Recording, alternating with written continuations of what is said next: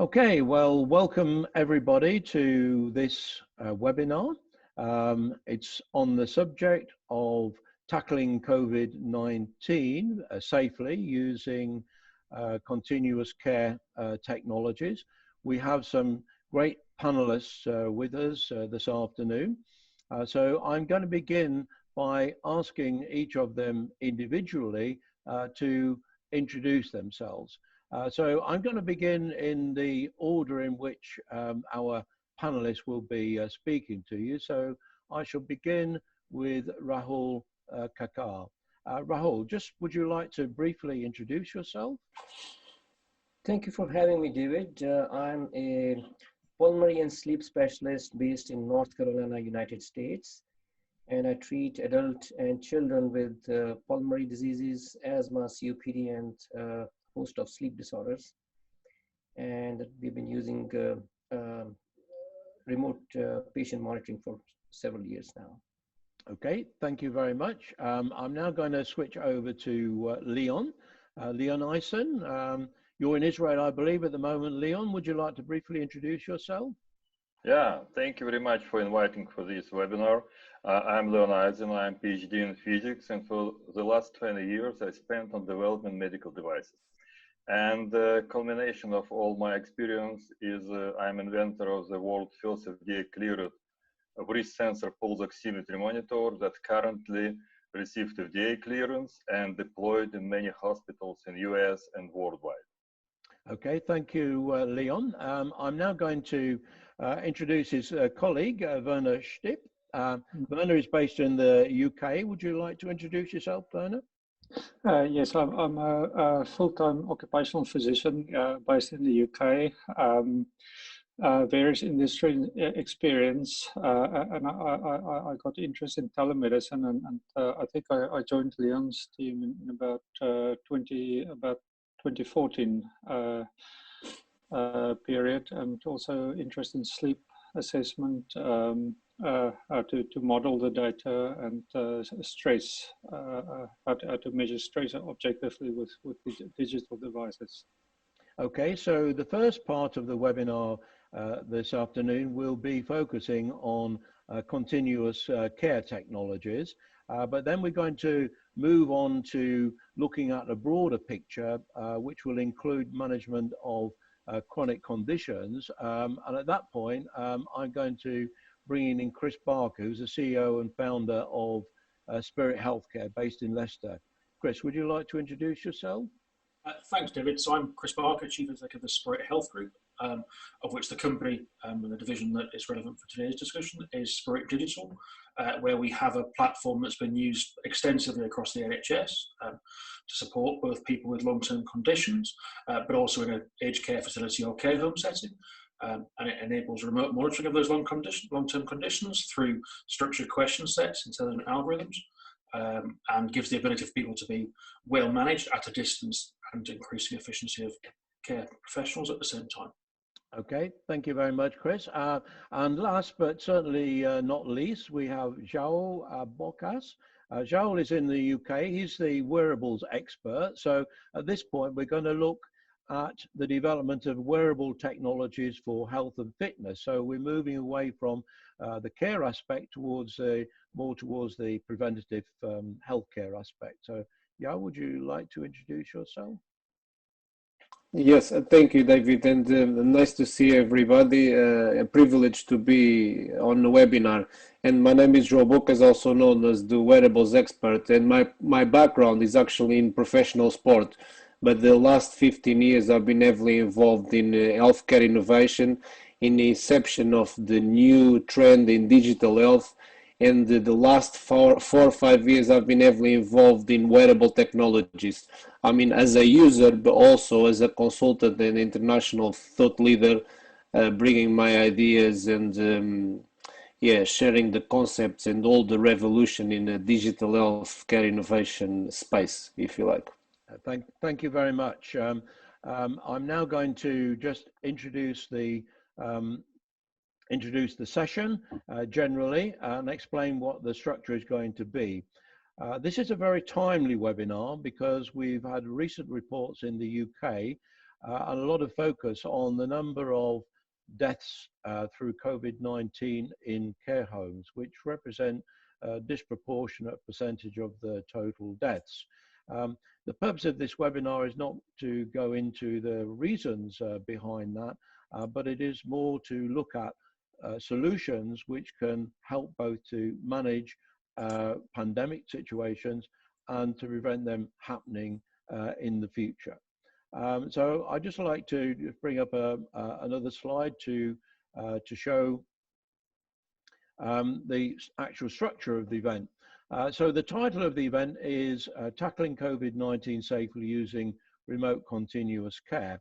And during this webinar, we're going to be moving from a practitioner, medical practitioner in the shape of Rahul Kakar, talking about his use of technologies for remote continuous care. And then we're going to have some experience from Leon Eisen and Werner Stipp, and a demonstration of the Oxytone technology. Oxytone are the sponsors of this event, and they very kindly agreed to demonstrate their technology. And at this point, I will bring in from Israel a lady called Bar Sigal, who will be able to do an online demonstration for everyone of the technology. So following on from that, I then want to go back to the UK to go through a slide presentation with Chris Barker, the CEO of Spirit Healthcare, just to talk about and discuss the platform and the technologies called CliniTouch that they use for managing the care of chronic health condition patients. Before we finally move on to the preventative healthcare aspect of with wearable technologies, and this is where Yael Bocas is going to share his experiences and tell us about the research report which looked into the effectiveness of wearable technologies, what encourages people to use them, what the benefits are, and some of the barriers to usage. So that's very much the structure for today. And before we actually kick off with a talk by Rahul Kakar, I would just like to bring up a couple of polling questions just to ask you a little bit about yourself. So it'd be interesting to know what kind of audience we've got. So the attendees now are being invited to respond to this questionnaire. So I'm asking them what their background expertise is. Is it medical profession? Is it technology specialist? Is it involved in management and strategy? Or is it some other? So I'll just give a little bit of time so we get a significant number of people who voted, so we know just exactly how many people are in the event and what kind of background that they've got. Okay, it looks as if we've settled on that. So I'm now going to share the results. Basically, we have a majority of people are technology specialists. They've identified themselves as technology specialists. We have next level of his management and strategy, followed by other, and just one person who identified themselves as being from the medical profession. So the next polling question I want to bring up is to get your opinions on the use of tracking technologies, tracking and tracing technologies as a way of managing pandemics. Now, in the UK, we're about to start a field trial of mobile applications designed to help to track COVID-19 amongst the population. And this experiment is being used to validate whether the technology works and whether there is sufficient take-up for it to be effective before it is launched nationally in the UK. Now, there are many reasons why this technology may be good and many reasons why it may not be so acceptable. So I'm going to ask you, both the panelists and the attendees, what you think of tracking and tracing technology as a way of managing pandemics. So I'm launching the poll now, and you have a number of options. The first option is that you think it's a good idea and it should be compulsory. The second option is a good idea, but it should be voluntary. Third is it's a bad idea because it's impractical, doesn't work. And it's a bad idea because it infringes privacy. So I'm interested in your views at the beginning of this webinar on how you feel about tracking and tracing technologies. So I'm just getting the results in now. What, 64, 67% people have voted. So in the interest of time, I'm going to end the polling at this point, and I'm going to share the results with you. So essentially, the majority of people, 59%, think it's a good idea, but it should be voluntary. 23% think it's a good idea, but it should be compulsory. But there's 4 people who think it's a bad idea, mainly because it infringes privacy, but also 1 person believes that it's impractical. Okay, so now we get on to the webinar proper. Just a little housekeeping point, if I may. If you have any questions during the session, would you please use the Q&A button to ask your question? Just click on the Q&A button. You'll be able to type in your questions and we will be able to deal with those. I'm aiming to deal with them actually at the end of the webinar. If you have any comments you might like to use, you can use general chat for that, but you can also chat to individual participants. Please don't use the chat option to ask an individual panelist a question. Please use the Q&A and I will direct the question to the appropriate person. So now I'm going to move quickly now to Rahul Kakar, and I'm going to ask Rahul to share some of his experiences in the USA. Before you explain what you do and how you look after your patients, what kind of patients, etc., I mentioned that we have had some problems with the high number of mortalities in care homes in the UK. I understand from you that the equivalent in the USA has not had quite the same level of problems. Is that correct? Yeah, to some extent, you know, that is true. I think the United States took more preventive measures to significantly limit the number of visitors that are allowed in these care homes, and we call them nursing homes. But despite that, I mean, remember the first outbreak was in a nursing home in the state of Washington. And even in the state where I live, North Carolina, there are hotspots in the nursing homes. That's just because these patients are so vulnerable, they are because of their age and comorbidities. So I haven't compared, honestly, the number between UK and United States, but looks like that you probably had a little bit more severe effect on the care homes there. Okay, so we'll be able to debate and discuss the effectiveness of remote continuous care technologies in the care home setting. Can you explain how you use remote continuous care with your patients? What type of patients you've got? What sort of conditions do you use the technologies for? So our experience is mainly in chronic pulmonary patients and chronic sleep patients. Our sleep patients, we monitor their CPAP data. We've been doing that for several years. And even before the concept of remote patient monitoring was formally recognized by Medicare in the United States. Last year, we started doing inhaler monitoring. We put some sensors on these inhalers of the patients, and we can monitor if their controllers are being used properly or on a prescribed dose. Or the other thing is if their rescue inhaler use has gone up, because that'll indicate that their asthma/COPD is getting out of control, and that can give us an early warning sign. Lately, we have been looking at extending our monitoring to COVID patients. We spoke to hospital yesterday. They have shown some interest. I think Leon and I have also spoken to Duke in a different context, not COVID, but for lung transplant. They've also shown some interest.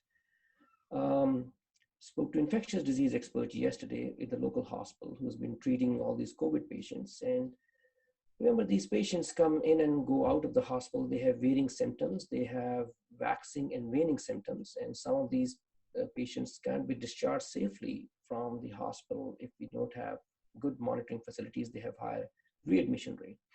That goes not for COVID, but also for COPD patients.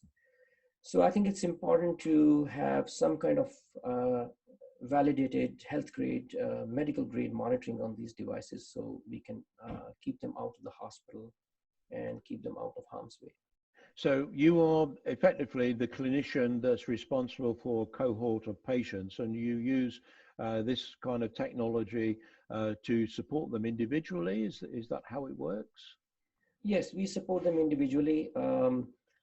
With the CPAP, of course, I mean, with both the technologies, we have central platform, and our respiratory therapist and other trained staff can look and download the data. We actually have a formal remote patient monitoring program. It works in parallel with our other program, which is the chronic care management program, where we don't have to really monitor the patients, vital signs or heart rate or something, but we just monitor their conditions. So I think the reason that Medicare and has been pushing for these kind of programs is that these studies have indicated that if we use these technologies and these kind of care programs, we can keep these patients out of the hospital and lower the cost of healthcare overall. Okay, so keeping patients out of hospital is obviously beneficial from a cost point of view, but also, how do you respond to any incidents? Do you get alerts from the technology that you get? Yes, so we can actually set up the alerts. The CPAPs usually don't actually give us an alert. The way these things work is you can set up parameters, you can have entry criteria, you can have graduation criteria, you can have refusal criteria, and you can have criteria set up when you're going to get alerted. That actually depends on the condition, diagnosis, of your patients, because different conditions are going to have these different levels of alerts, and how we're going to respond. So we're going to have some kind of policy in place when you respond to these patients. Okay, thank you very much for that, Rahul. I now want to move on to Leon. Leon's going to just introduce the Oxytone product before we go into a live demonstration. While you're talking, Leon, I'm going to bring onto the panel Bar Sigal so that she can do the live demo. So I'll hand over to you just to say a little bit about your product, the continuous care, and also particularly your experience in care home situations in Israel. Yeah, right. Actually, COVID is not only hits our physical state of being, it hits also our main principle and values like human beings, because most vulnerable population that we claim to protect in the most fundamental level of humanity is put on the existential risk. And these people get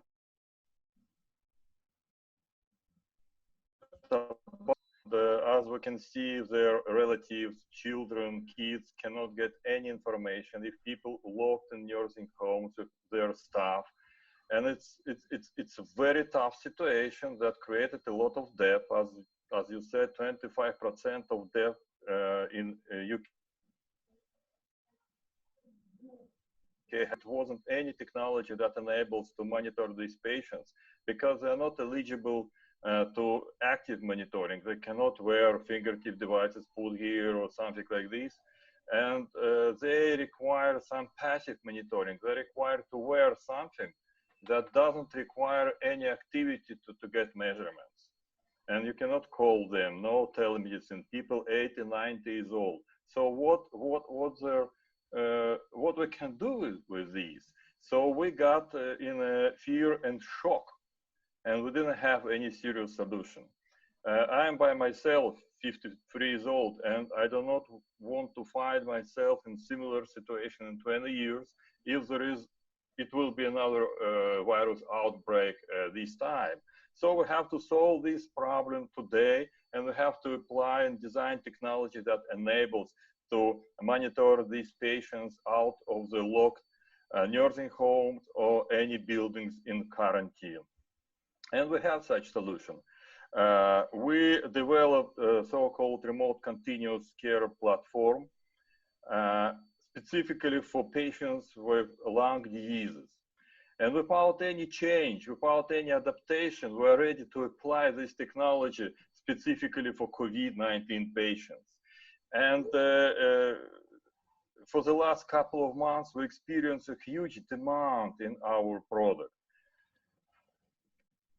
So using this product, it's possible to catch up in time so-called silent hypoxia.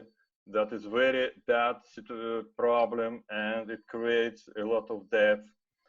And using this technology, you can monitor 1,000 people locked in one building, specifically a nursing home, and get data, flow of data to the clinician, and clinician could manage these patients from the safety of her office. And actually, we're validating this technology in a nursing home here in Israel, in Jerusalem. This nursing home experienced a couple of deaths already. And actually, when we will finish with all these validation and adapt all workflows specifically for elderly patients, we will be able to multiply our technology, our experience to other countries, and we got requests from different countries, from Italy, for example, from US, and we're ready to deploy our product in many nursing homes and hospitals and other long-term care facilities. Okay, Leon, thank you very much for that. Can we move now to a demonstration? So at this point, I'm going to unmute Bar Sigal, who's also in Israel. Bar, hello, thank you very much for joining us. Now it's your turn to show us just a little bit. Can you do an online demonstration of the kind of data that Oxidone collects? Thank you so much. Today I want to share with you the challenges that we're dealing with the days we are in and the possibilities to resolve them with Oxidone medical technology. With the high demand of people to stay home and receive the technologies to their doorstep, our SaaS-based platform allows to passively send patient medical data in remotely way from home or any hospital facility.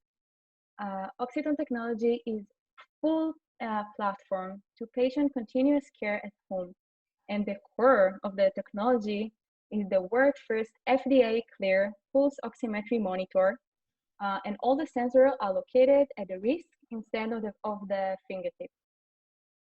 The medical monitor enables to solve the most important problem regards to the COVID-19 patient.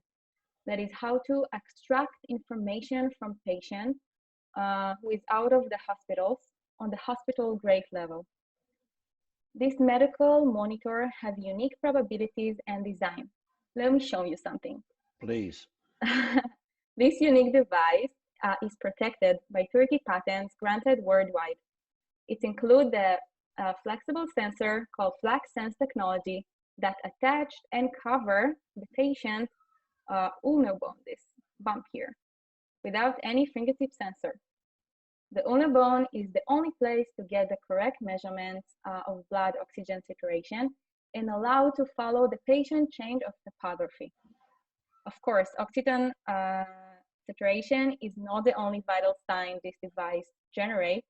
We have the pulse rate, the heart rate variabilities that reflect the patient's stress, the skin temperature, activity parameters, and also we generate data about sleep. Can we see a demonstration? Of course. Right. Just let me finish and then we move to the SaaS cloud, of course.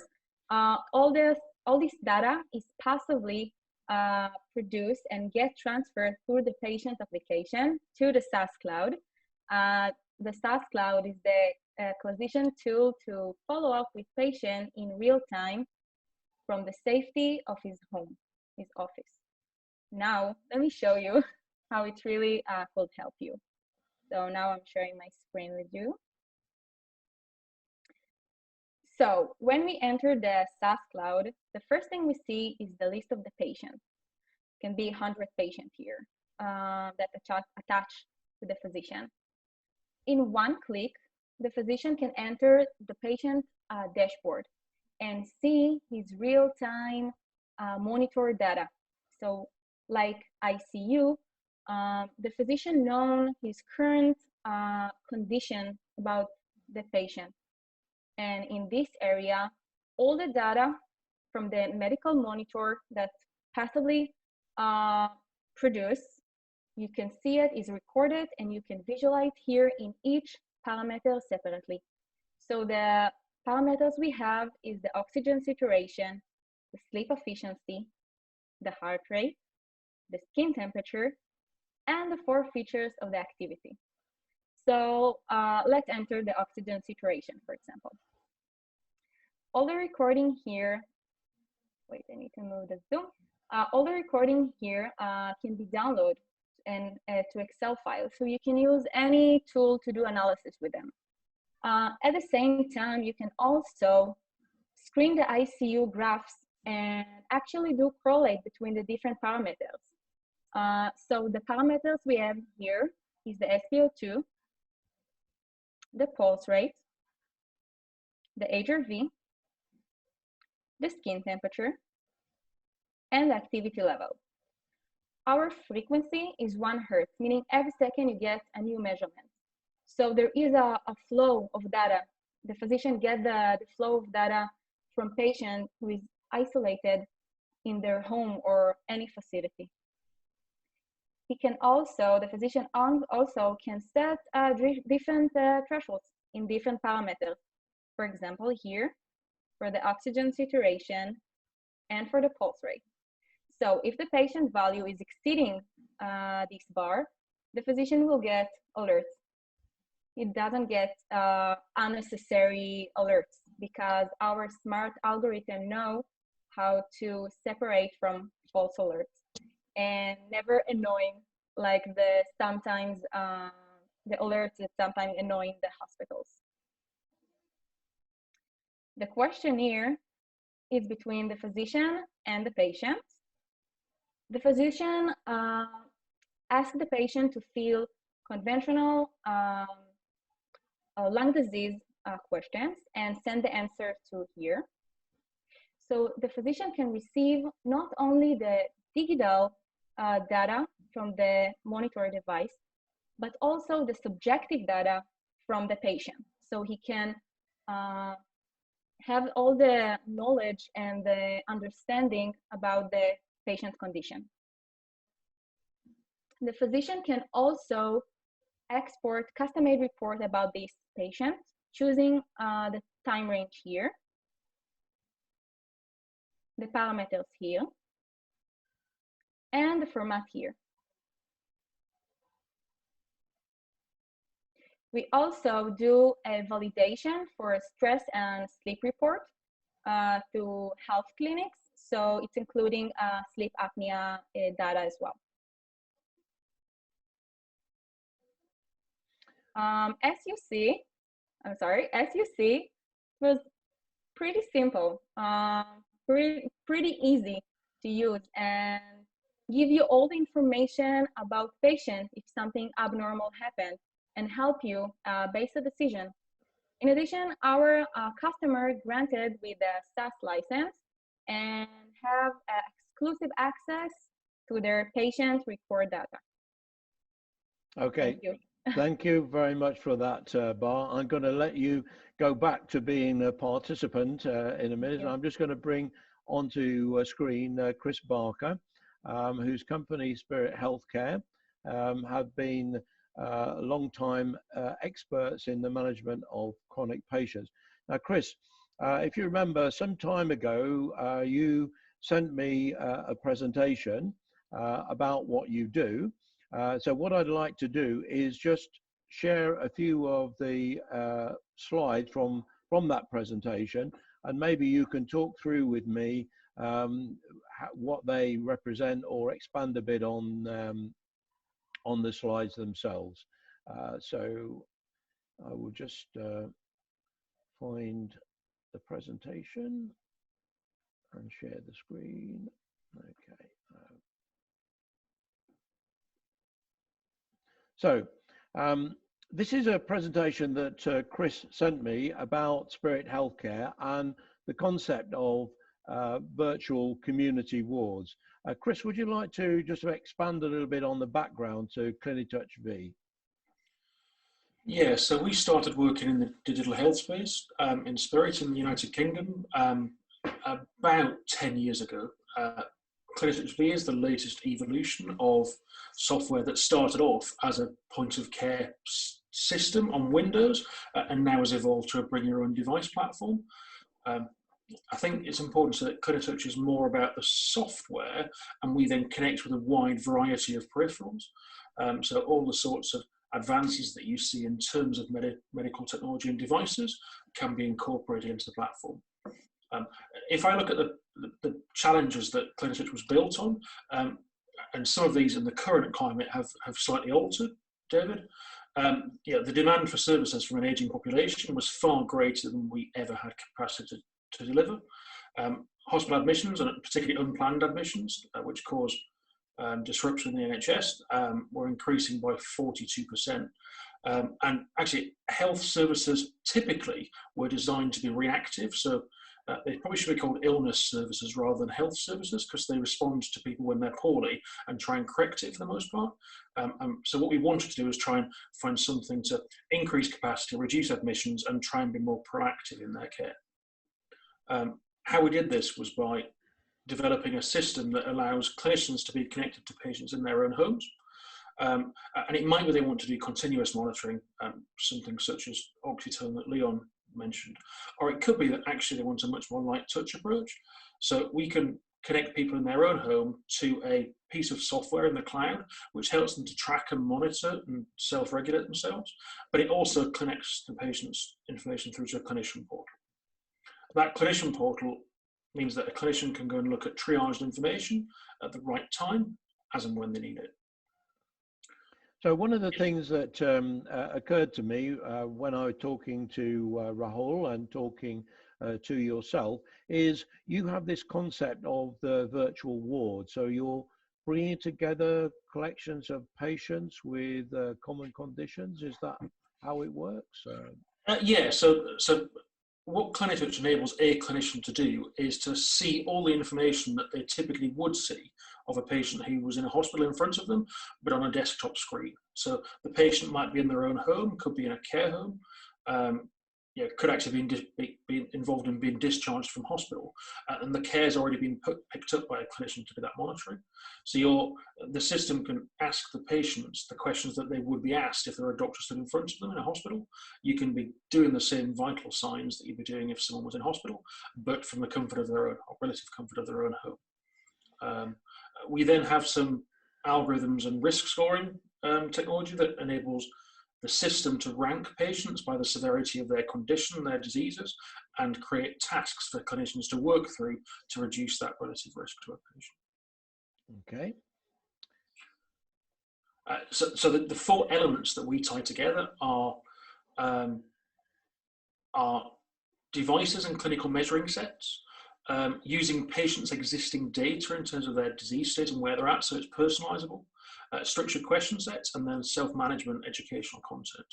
And with that, we can do monitoring of patients, but configure it to something that meets the needs of an individual. So it might be you've got a patient with COPD, heart failure, and diabetes, and Clinitouch is designed in such a way that someone can monitor all of those things at the same time, and the risk algorithms cope with the stretch. Okay.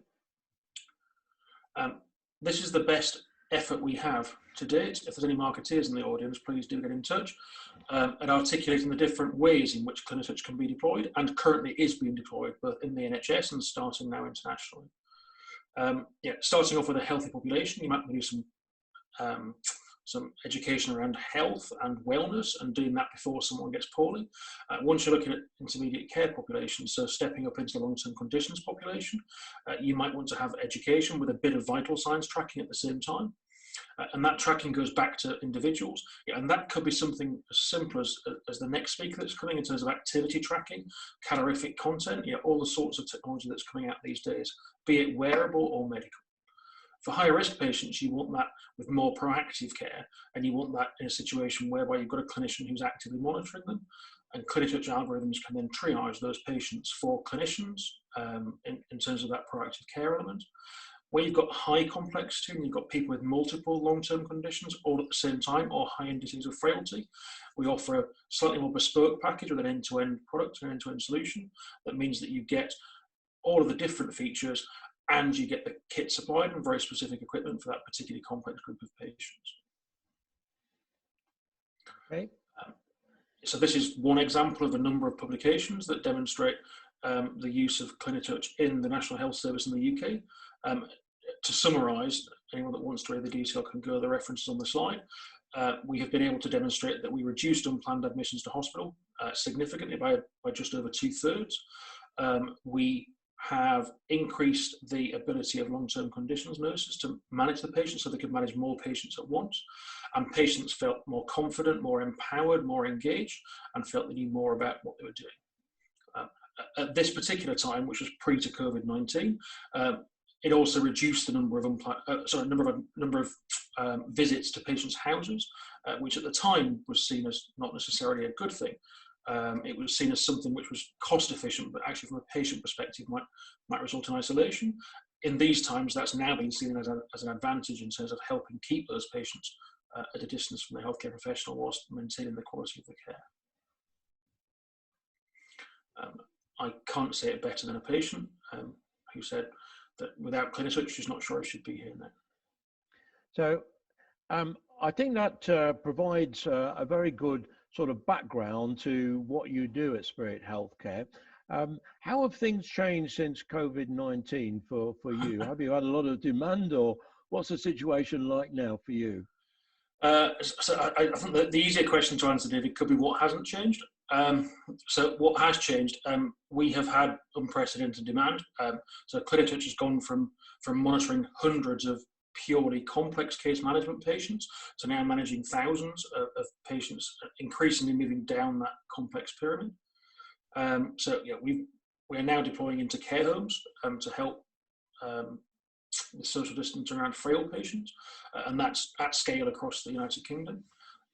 I've been in teleconference, as have lots of members of my team, with partners in various European and further afield countries, David. So yeah, the NHS and it would appear health services further afield have certainly started to embrace in a really significant way these types of technologies, and that can only be good for patients going forward. Yeah, so you're going to be very busy, hopefully. And when it comes to preventative healthcare, do you see a role for remote continuous care in preventative healthcare as well as managing situations? Yeah, 100%. So one of the points in those slides talked about moving from reactive care to proactive care, the natural extension of that, and we're working on some artificial intelligence and machine learning algorithms as we speak, is to move into preventative care. And to do that, you have to be more and more passive. So you know, people with a condition are sometimes still reluctant to do that monitoring. So as you move into preventative care, the more passive that monitoring and that support and that engagement can become, the better. So yes, it's absolutely the direction of travel, and this type of software supports and helps that progress. Okay, thank you very much for that, Chris. I'm now going to move on to Johan, but before I do, by way of an introduction, I'd just like to share very, very briefly my experience of wearable technologies. I won't go into the background of how and why I started to get involved in wearable technologies, but essentially I wanted to explore the potential of gamification techniques with these new enabling technologies, the wearable technologies that Yoa is going to talk about. This was in the very early days in 2013. What you see, the device on my wrist there, it wasn't my wrist, but it's a jawbone up. And that jawbone up device linked to a mobile app enabled me to keep track of my sleep and my physical activity, and also, which was very good at the time for me anyway, allowed me to keep track of the number of calories I was consuming, and the nutritional value of those devices.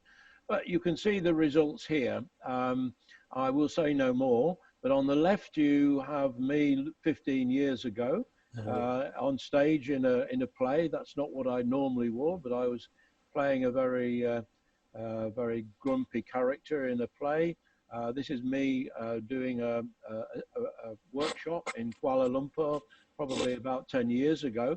But this is the point where I saw the light, the potential of wearable technologies. This was me in May 2013 when I was involved in a play. This is me sat on stage with a big stomach. And within a period of 3 to 4 months, I lost 21 kilos and changed my appearance completely. So it was this experience that enabled me to see the light, as it were. But the expert in this field that I'm now going to introduce is Joao Bocas. I've loaded his slide deck, and now I'd like to invite him to share some of his experiences. So we bring up this list of devices. Are these all pretty much the state-of-the-art devices at the moment, Joa? Well, David, thank you so much for having me and for the introduction. And you are certainly a very good use case that wearables, if used correctly, they work. And I still remember to this day, I think it was early 2014 when we met in London for the first time. And I remember you mentioned the jawbone, your fitness band, and you shared your story. And also many thanks for other panelists for sharing their expertise and their experience. I'm always keen to learn. But this is a bit of an overview about what is in the market. Maybe some of them, they're not even in the market no more, because I'll give you an example. As we know, Nokia bought With Things, and then With Things bought the brand back. But this is a bit of an overall picture. And I've been using wearables for quite some time. I used different brands. I'm not going to go into that. I try to stay, of course, independent and brand agnostic. But what I've been seeing is really a transition into medical devices. And when we talk about wearables today, we have to certainly make of course, the separation. And I would say it is the traditional fitness wearable devices, if you like, and now we have the new trends much needed in healthcare and medical, the wearable medical devices. And in here we have a combination. We probably have one or two that have medical graded capabilities, and certainly Oxytone have something very unique and very powerful, because they have and not only an accreditation, but a wearable that has a lot of meaningful clinical data. You know, I also liked a lot about the SaaS platform that gives an overall picture for the clinician to pick and choose what is relevant and get an overall picture of the patient. But I would like, for example, to highlight one of the previous slides. It's about wearables. But also now wearables come in all shapes and forms. We saw there the Oura Ring, the smart ring that gives meaningful, validated clinical sleep data. And one of the problems that we have with wearables in general is the discrepancy of data. So, for example, if you use a Fitbit, it ranges, it might gives you a different data set from a Garmin or another brand, and that is a very relative problem if we're talking about fitness and steps and generic data. It's not such a big problem if you say actually, and I tested many wearables. I wake up in the morning, I have 200 steps on my wearable. I mean, that's impossible. I just woke up out of bed. So, but when we come to when we talk about medical graded data, it's very important because a discrepancy of 10 or 20% in clinical terms, in terms of decision making, if we're talking about heart rate and diagnosing a patient, is very important. You can't really afford to have a discrepancy in 10 or 20% in medical graded data. So if we move on now, David, to the other slide. I actually work for over a year in a very large report, 159 pages, health wearable engagement report. And we analyze primarily, we've done some work around alignment in technology, covering the main issues. We talk about medical graded devices, but we've done primarily a lot of work on health wearables. And we concluded several things. We've done a lot of work, and we concluded, yeah, there are some of the things that they were covered there. I believe what is very important when we talk about wearables, I'm sorry because I have an horrible hay fever and allergy today for some reason. When we talk about wearables, one of the main things is the engagement that we have with the device in broader term, because I mean, as you know, David, and everybody knows, it's not a good thing to use the wearable a week and then next week is on the top of our bedside or in a fridge. So the engagement is very important. We cover things such as the technology alignments. We even created a customer value framework that is relevant in terms of usage. We cover technological characteristics in health wearables. Is a very comprehensive report with 159 pages. But I'll bring you back to the barriers to long-term engagement. And in terms of the device-related barriers, the barrier number one was interoperability. And then we also find out there is battery issues with certain wearables, because I mean, if you use it for 2-3 days, you have to probably charge it once or twice a week. Now more sustainable wearables, they probably last you a week or two, but it depends on the usage. If you are a runner, for example, and use a Garmin, if you run every other day, you have to charge it once a week. If you do a run a week, you probably get away with a week and a half or 2 weeks. It depends on the usage. The other thing that we concluded was people don't like some of the wearables that are too bulky and uncomfortable, basically too big on a pulse, or they don't feel right. And also the lack of support, because people don't have a kind of a direction or some kind of education about how to use them and the purpose and what to get the most out of them. So it's a clear barrier there. In terms of user related barriers, the lack of intrinsic motivation, and I'll give you an example. Now we're talking about COVID-19 a lot. I think wearables will play certainly a big role there, and Oxytone have that amazing really capability and technology there. But for example, we need to educate people and say, for example, actually we're going to use the wearable and we're going to talk about temperature. It's important. We see in airports now people trying to kind of do temperature checks and everything, but it's got to be relevant for the person, but we need to be educated, you know, around that. So the lack of motivation is certainly an issue. Also, the users are very concerned about privacy and security concerns, because we speculate a lot, and we speculate that our data is going to be sold to pharma companies and people are going to use it and can actually intrude our lives through health data, which sometimes is not true. I mean, personally, to be honest, this is just a personal, humble opinion. If somebody finds about my steps or about my sleep data, I'm not actually very concerned, you know, but it's my personal opinion. But what is blown out of proportion is that people think if they enter some kind of data breach for the wearable, they have access to your life. That's not true. But there are certainly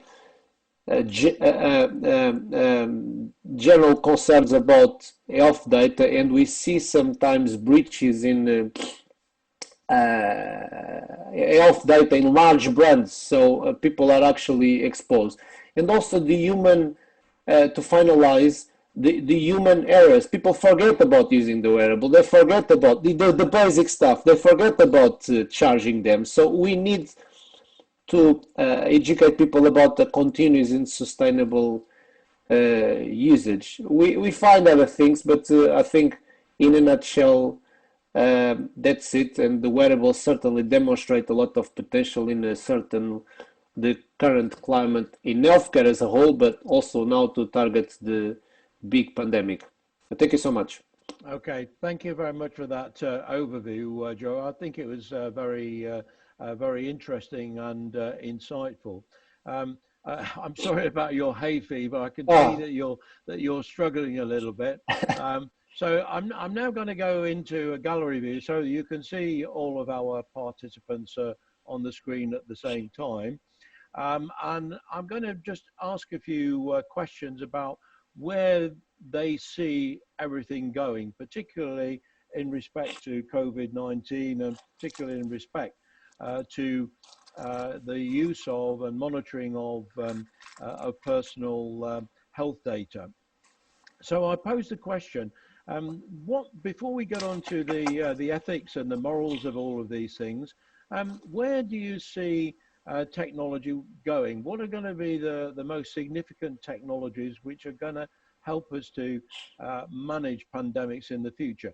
Now, Werner, you've not had an opportunity to say anything yet. So, would you like to give your views on just a little bit of experience, first of all, of your use of the oxytone devices, what kind of things you use them for, and your views on where things are going?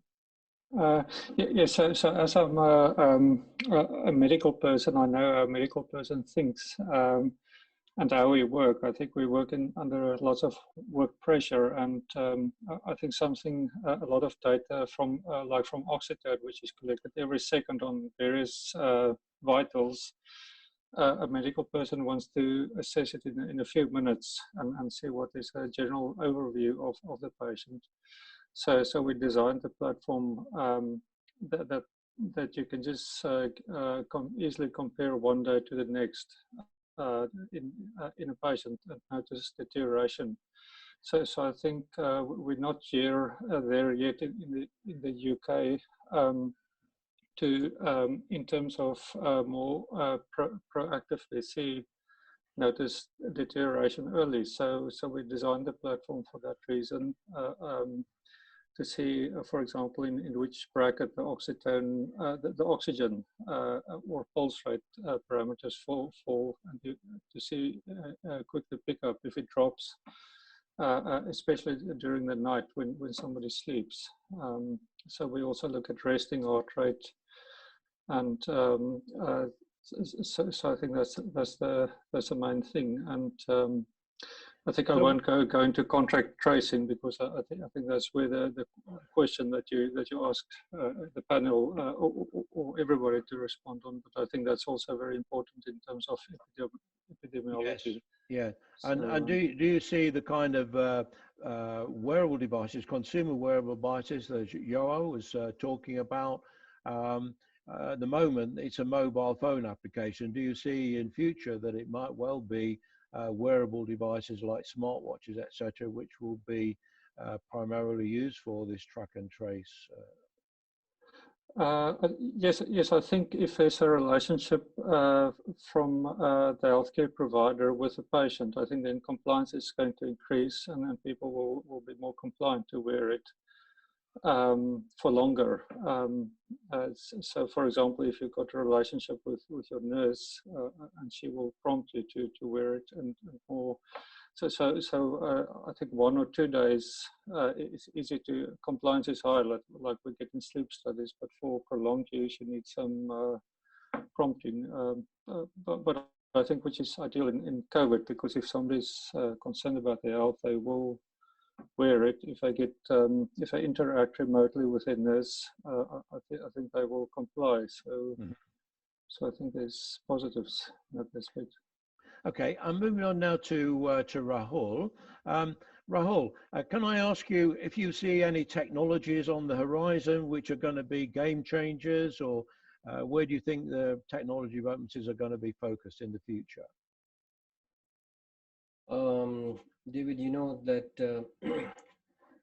well, we are at the, you know, in the history of humankind, this is the most advanced we have ever been with the technology. So something is going to come out tomorrow and a game changer, we just don't know, but it's quite possible. But even with the current technologies, I mean, they are far more advanced than we had anything like 10 years ago only. It was unthinkable that, you know, things like oxytocin would be available. And now look at, you know, some people mentioned about silent hypoxia, and we can, and someone also mentioned how much toll it takes on people's mind, not just the physical, but the mental health. And, you know, now we have technologies like oxytocin, which can actually measure the stress level of, you know, these patients, and that can be seen on one platform for multiple patients, and it can be tracked in real time. So, you know, these things are important. There are other technologies which may not just be wearable technologies. I mean, there may be other technologies. For example, we were earlier talking about sampling of stool mRNA or stool RNA for COVID viruses, just been done by public health officials in the sewers. And of course, then there are other technologies where people go to emergency rooms and their symptoms, decoded symptoms, are being uploaded in a cloud, and artificial intelligence is used to monitor the outbreak of those symptoms. And we can probably, if we use this combination of technologies, I think we can track and even predict the emergence of, let's say, a hot zone in one particular you know, area. In today, like COVID is the main area of concern, but let's say we talk about many countries which are still going to see this outbreak, and they will have this hot zones and you know, cold zones. And now that we're also talking about opening up economy, and how do we really monitor where we're going to actually have an outbreak, and how do we monitor that this how can we predict this outbreak earlier or monitor early outbreaks? I think these variable technologies and combination of other technologies have certainly a very, very strong role. And someone was talking about the, you know, contact tracing again. As we know, silent hypoxia is common, and these patients can be completely asymptomatic and not know that their oxygen is dropping. So we can detect this with this technologies like that we have today. Absolutely. I'm not a technology expert, so I won't be able to tell you what other kind of, you know, groundbreaking technologies could be out tomorrow, or that's up to my other colleagues who are a lot more experienced and knowledgeable of those. Okay, thanks very much for that, Rahul. We are running up against the time now, so some people have asked some questions. So I'm going to bring up the Q&A now and see what sort of questions. So we have the first question that was asked was about oxytocin, and the person who asked it said it's interesting for a project they've got in mind. Can the hardware be bought without the SaaS? In other words, can they use the hardware on their own and apply it to a different platform? Leon. Yeah, actually, we do not allow to connect our device directly to third-party platform because of Bluetooth issues, because of it requires some update for firmware or operation system. So that's almost impossible to do through third-party platform. But we offer two things. We offer API, so data could be transferred directly from our platform to our customer platform. It's work very well, and some of our customers use these capabilities. And another opportunity, specifically for sleep apnea customers, we offer so-called dongle. So our device could keep the data for about 10 days of measurements. So for sleep apnea measurements, for example, every morning you can download data from the device directly to the PC and analyze this data. Okay. Another question, Rich, about the technology used in Oxytone. Does it use PPG technology or something different? Yes, we didn't discover something new. We're using the same technology that everybody is using for the last 50 years. What we did, our patent, and actually we have about 30 patents worldwide, granted worldwide. We design specific configuration and so-called flexible sensors around ulnar bone, because this is only place there you can have accurate measurements of blood oxygen saturation and pulse rate at wrist. Other places are full of different types of hemoglobin, and you cannot get accurate data. So it was a huge challenge. We spent 7 years on development of this technology, and finally we got to the market. And another question from Claudio Palma. What kind of medical certifications has Oxytone remote monitoring got? We know about FDA. What medical certifications? We have FDA and CE mark certification currently. Oh, okay. I've had a question from Joan Connell, who missed the beginning of the presentation, just to reassure her that this presentation is being recorded and it will be posted on the web afterwards. And also, if you ask for information, either via question and answer or via text chat, somebody will get back to you with additional information. And a question from Mary Okangbi: what sort of public education is embedded into the product launch? Is there any public education related to Oxytone, or? Yeah, we ask our customers go through different stages of educational processes. Okay. So we do them demo, we do them training sessions, and we are 24/7 for our customers if any question happens. It's new technology, so it should be adapted. Customers should train themselves, should train their patients. So it's a process, and we build all workflow that allow our customers to get through these processes quickly and efficiently. Okay, thank you very much for that answer. I'm now going to bring the session to a close, but before I do, I want to go around each of the panelists, and I'm going to ask their view again about the track and trace technologies, whether they're a good idea, whether they should be compulsory. Now, I know when we spoke at the very beginning, Leon, you said in Israel, the track and tracing is compulsory, and it doesn't rely on smartphones or any other devices. Could you just expand on that? I can just share my opinion. If there is some threat for me or my family, I could put aside all individual freedom, and I would like that government should control disease as most as possible to prevent me and my family from adverse event. So this is what I'm talking about. So you're very much in favor. I'm going to go around the rest of the panelists, and I'm going to bring in Bar now. What do you think about this, Bar? Do you think tracking and tracing should be compulsory, or? Yeah, so I'm in favor as well. I have nothing to hide, so my information can be in the public, and if it's helped me and the advantage is overcome the disadvantage for me, so I think is the best way. You don't have to volunteer, for my opinion. Okay, thank you. Of course, in the UK, these things are not compulsory, and traditionally there's been a lot of resistance to compulsory tracking. What do you think about this, Chris? Sorry, the screen caught me by surprise then. So on a personal level, I have no problem at all with something being compulsory, but I think the there will be a challenge from a political perspective of, in a country like the UK, making track and trace compulsory. So on a personal level, I have no objection at all. I agree with Bar that I have nothing to hide, therefore nothing to worry about. But I suspect that a number of privacy campaigners in the UK and levels of government might have a very different opinion. Okay.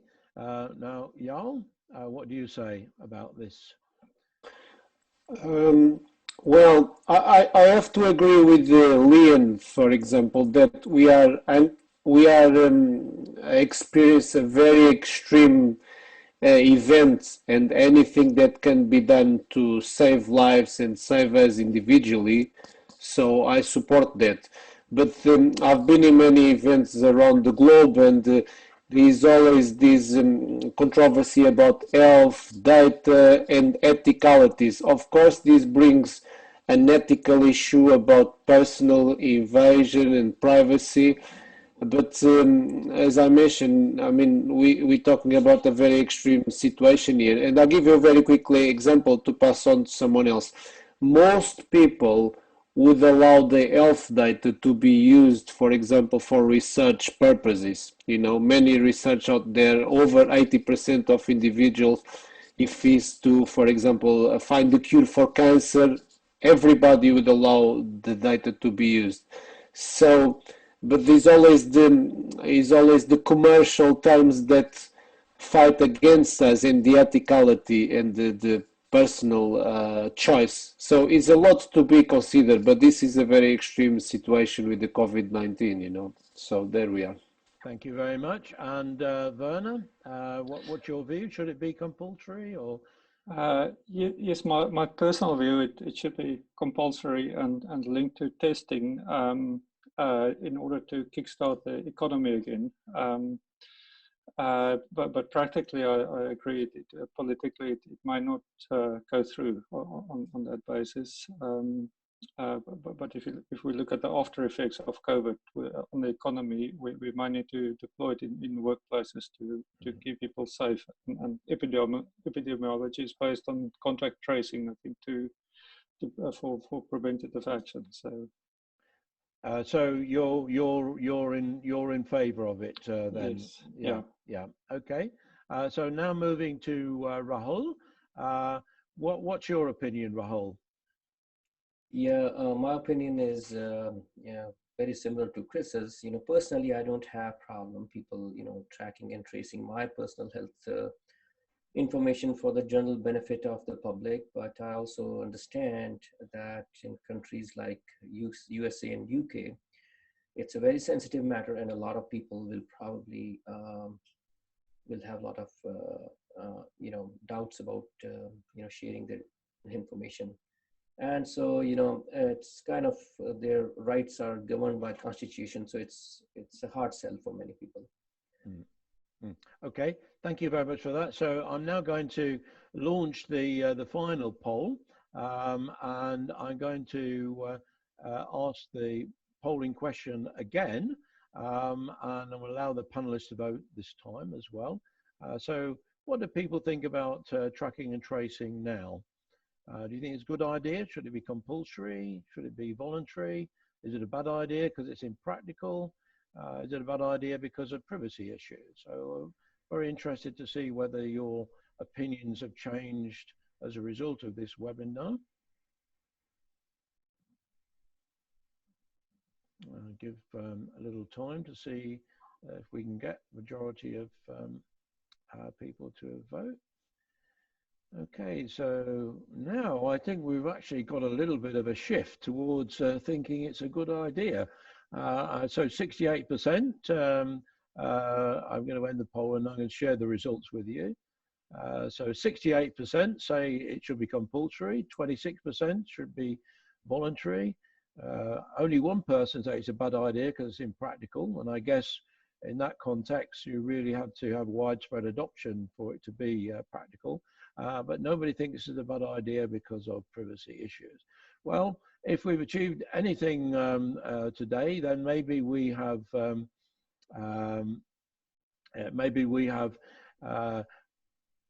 brought people together towards a common view about the the value of tracking and tracing technology. I just want to thank all the panelists for their time today and their expertise.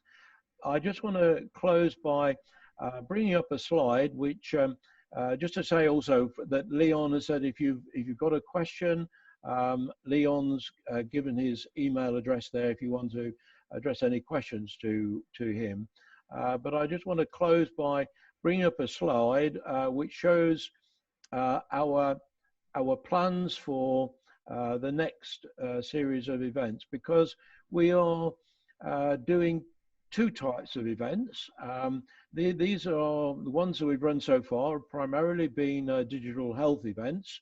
But next week we are going to be doing an event which talks about planet Earth after COVID-19. So it will include health and social issues, but it will also include environmental issues. So I've got some great panelists for that event, including an ex-NASA scientist who worked with Al Gore to launch the Digital Earth initiative. Before that, on Friday this week, we have what I'm calling a new normal networking session. So this will be a networking session which will bring together, hopefully, panelists from today, together with panelists from next week, talking about planet Earth. So it brings together people from different disciplines to talk about how we can work together to build a better world. So every Friday, the plan is there will be at 2 o'clock, there'll be a networking session to bring people together to develop new collaborative multidisciplinary relationships. The next webinar after Planet Earth, the following Tuesday, is going to be on a topic close to my heart: digital heritage, active aging, and healthy communities. I've got a web page which you can see on the screen there, but also this web page will be, or should be, loaded once you leave the event today.